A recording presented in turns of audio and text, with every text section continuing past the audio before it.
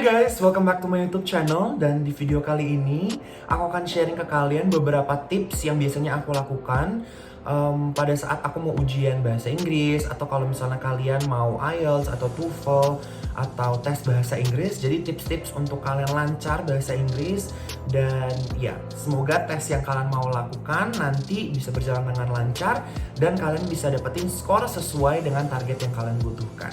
Oke, so simak videonya ya. Nah guys, sebenarnya aku mau cerita juga sebelumnya. Kenapa sih aku waktu kemarin juga memang membutuhkan tes. Nah kalau kalian lihat di video-video sebelumnya, aku kemarin itu membutuhkan tes karena aku mau mendaftar S2 di luar negeri, terutama di University of Cambridge gitu kan.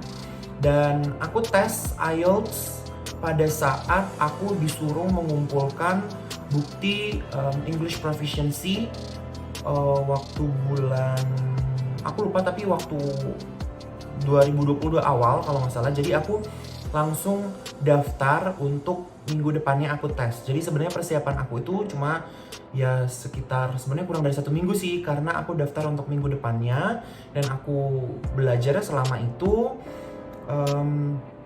Baru aku latihan, walaupun sebenarnya nggak setiap hari juga, tapi memang aku rekomendasiin banget kalian untuk latihan setiap hari sih.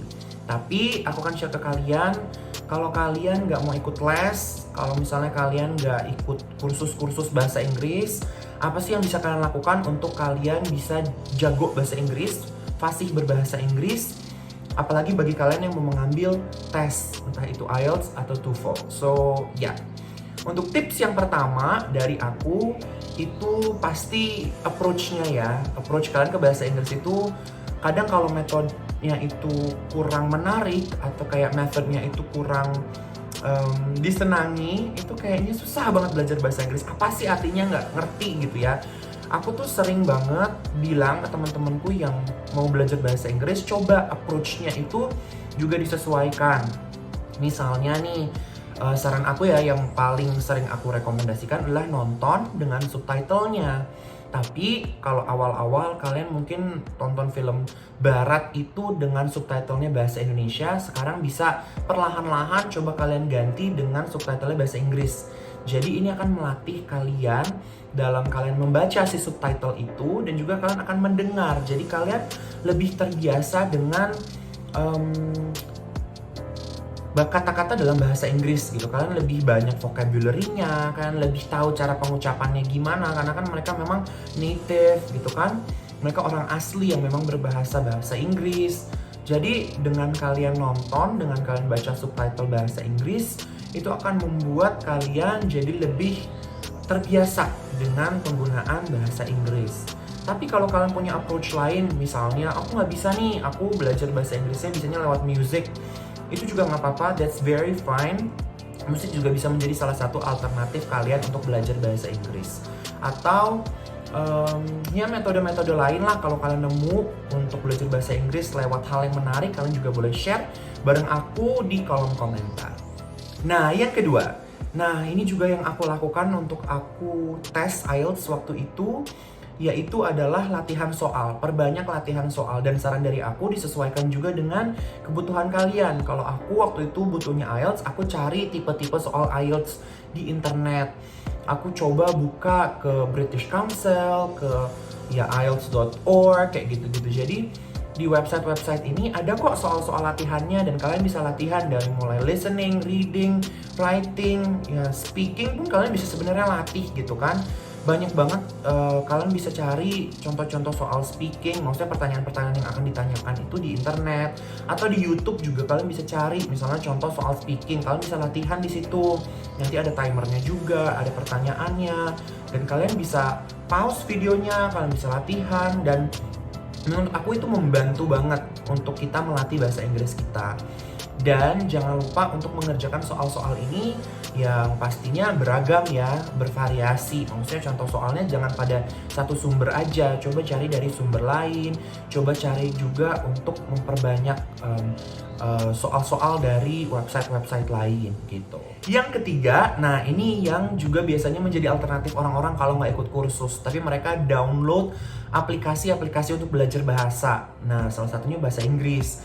Banyak banget aplikasi aplikasi ya Duolingo dan lain sebagainya yang bisa kalian pakai untuk melatih bahasa Inggris kalian. Karena di sana pasti mereka punya metode untuk kalian belajar. Apa sih yang paling pertama dipelajari untuk beginner atau untuk basic, habis itu intermediate, nanti kalian naik lagi ke advance dan lain sebagainya.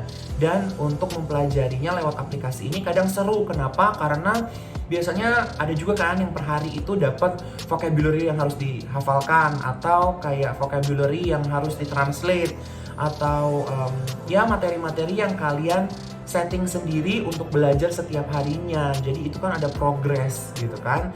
Jadi ini bisa menjadi alternatif untuk kalian belajar bahasa Inggris dan memperdalam skill bahasa Inggris kalian.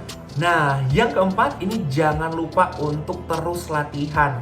Kenapa? Karena bahasa itu terus harus dilatih. Nggak bisa bahasa itu kita cuma belajar sebentar terus nggak dilatih lagi, itu pasti akan lupa. Nah, cara latihannya gimana? Kalau soal-soal yang tadi pasti lebih rutin lagi untuk coba soal-soal baru, karena soal itu pasti ada berjuta-juta di internet. Kalian bisa buka PDF yang banyak banget, kalian bisa download. Kalau misalnya kalian sukanya yang dengan kertas, karena kalian nggak suka di depan layar, kalian bisa print, atau kalian beli buku juga boleh banget. Banyak banget buku-buku belajar bahasa Inggris. Tetapi saran dari aku, terus latihan, menjadi konsisten dalam mempelajari bahasa Inggris ini. Karena bahasa, terutama bahasa Inggris, akan lebih mudah diserap kalau kalian lebih terbiasa dengan bahasanya.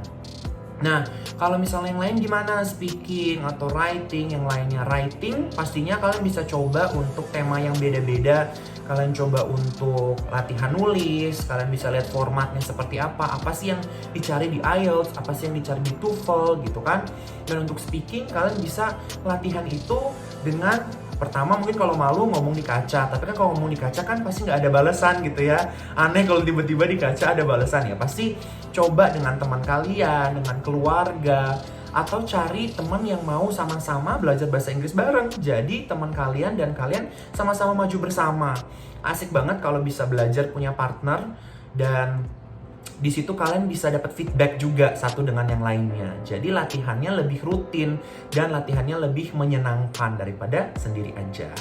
Nah, selanjutnya teman-teman yang kelima, ini jangan lupa juga kalian kalau mau fasih berbahasa Inggris, jago bahasa Inggris itu, kalian bisa dengan aplikasi-aplikasi yang membantu kalian seperti Grammarly ya, maksud aku.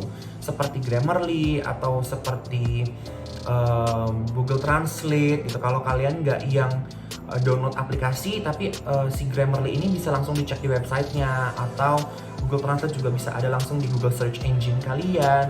Dan bisa kalian masukin juga ke internet browser kalian. Jadi itu langsung ke integrate. Tetapi saran dari aku, kalau mau latihan dari sini itu maksudnya gimana? Maksudnya adalah kalian belajar untuk sendiri nulis, terutama nulis ya, nulis dengan grammar, dengan tenses yang tepat gitu kan. Dan nanti kalian cek apakah bener nih, oh ternyata kurang S, oh ternyata prepositionnya salah. Nah itu kan akan dikasih suggestion dari Grammarly. Kalau misalnya enggak, kalian biasanya tuh di Google Docs itu kalian bisa copy paste di situ tulisan kalian, dan nanti ada garis-garis merah di situ. Kalian bisa lihat, oh ternyata ini salah, ada rekomendasi yang benar. Nah di situ jadi kalian belajar dari kesalahan kalian. Jadi itu membantu banget sih untuk kita tahu ke depannya pada saat kita nulis kalimat yang sama atau tipe tulisan yang sama, oh ini kan sebelumnya sudah salah karena itu tuh sebenarnya singular gitu, tapi kalian pakainya bentuk jamak misalnya atau lain sebagainya. So it really helps. Nah, dan yang terakhir ini benar-benar setelah kalian sudah prepare segalanya, udah mencoba untuk latihan, yang paling penting juga dari semuanya adalah selain berdoa ya dan terus berjuang adalah your mentality. Your mentality is really important.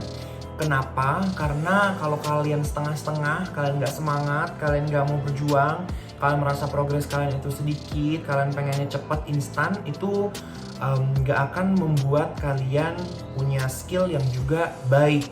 Jadi saran dari aku, your mentality, kalian harus kuat, harus konsisten, harus mau berjuang, dan pasti harus ada sacrifice. Kalau misalnya kalian bilang, aduh nggak bisa belajar bahasa Inggris karena aku nggak ada waktu, that means bahasa Inggris bukan your priority, dan kalian nggak akan bisa bahasa Inggris. Jadi, if this is really important for you, ya kalian harus alokasikan waktu, harus ada sacrifice, harus ada effort lebih, harus ada daya juang untuk bisa bahasa Inggris. Dan kalian juga jangan lupa untuk track progress kalian. Kalian buat milestone, kalian buat checkpoint. Aku pengen nih belajar 3 bulan itu belajar ini. Aku pengen dalam waktu 5 bulan udah bisa pelajari ini. Nah, jadi ada progress yang bisa kalian catat. Jangan lupa, karena hal ini sangat penting untuk melihat apakah kalian sudah sampai di target kalian atau belum. Atau kalian sebenarnya masih jauh, atau kalian sebenarnya udah sampai nih gitu. Jadi jangan lupa untuk punya mentality yang kuat dalam belajar bahasa, karena it is very important. Semangat terus ya, karena mentality ini juga berarti kalian harus tahan uji dengan proses, dengan waktu. Kalian semakin lama kalian prepare untuk ujian, semakin lama kalian belajar bahasa Inggris untuk kalian TOEFL atau IELTS, akan semakin baik untuk kalian mendapatkan nilai yang lebih tinggi. Jangan mendadak-mendadak, jangan terlalu terlalu mepet gitu. Kecuali kalau memang kalian sudah ada target yang kalian tahu tidak akan terlalu tinggi, atau misalnya target skor dari IELTS atau TOEFL-nya itu kalian nggak butuh yang terlalu banyak preparationnya karena kalian udah tahu materinya beberapa, that's fine. Misalnya kemarin aku memang juga mepet ngambilin 1 minggu karena deadline aku harus ngambil tesnya itu dan keluar result dari tes dan aku kumpul ke Cambridge itu juga mepet. Jadi memang karena aku ada beberapa basic juga di dalam bahasa Inggris dan public speaking, aku coba untuk ambil yang paling cepat, yaitu 1 minggu. Tetapi alangkah lebih baik hasilnya jika kalian belajar jauh sebelum itu. Keep being consistent, keep your consistency, itu akan train your endurance, daya tahan kalian terhadap belajar yang susah, yang capek, yang lelah, karena lama-lama pasti akan terbiasa. So that is all the video for today. Thank you very much teman-teman udah mengikuti video ini dari awal sampai habis. Aku berharap teman-teman semua bisa lancar ujiannya, bisa dapat nilai yang baik. Kalau yang mau daftar untuk beasiswa atau yang mau daftar untuk kuliah ya S1, S2, S3 di luar negeri, atau butuh tes bahasa Inggris untuk apapun, atau mungkin hanya sekedar pengen fasih berbahasa Inggris, aku berdoa, aku harap biar teman-teman bisa dapat hal yang baru dari video ini dan pasti bisa fasih bahasa Inggris. Amin. Terima kasih banyak and see you in the next video. Bye bye.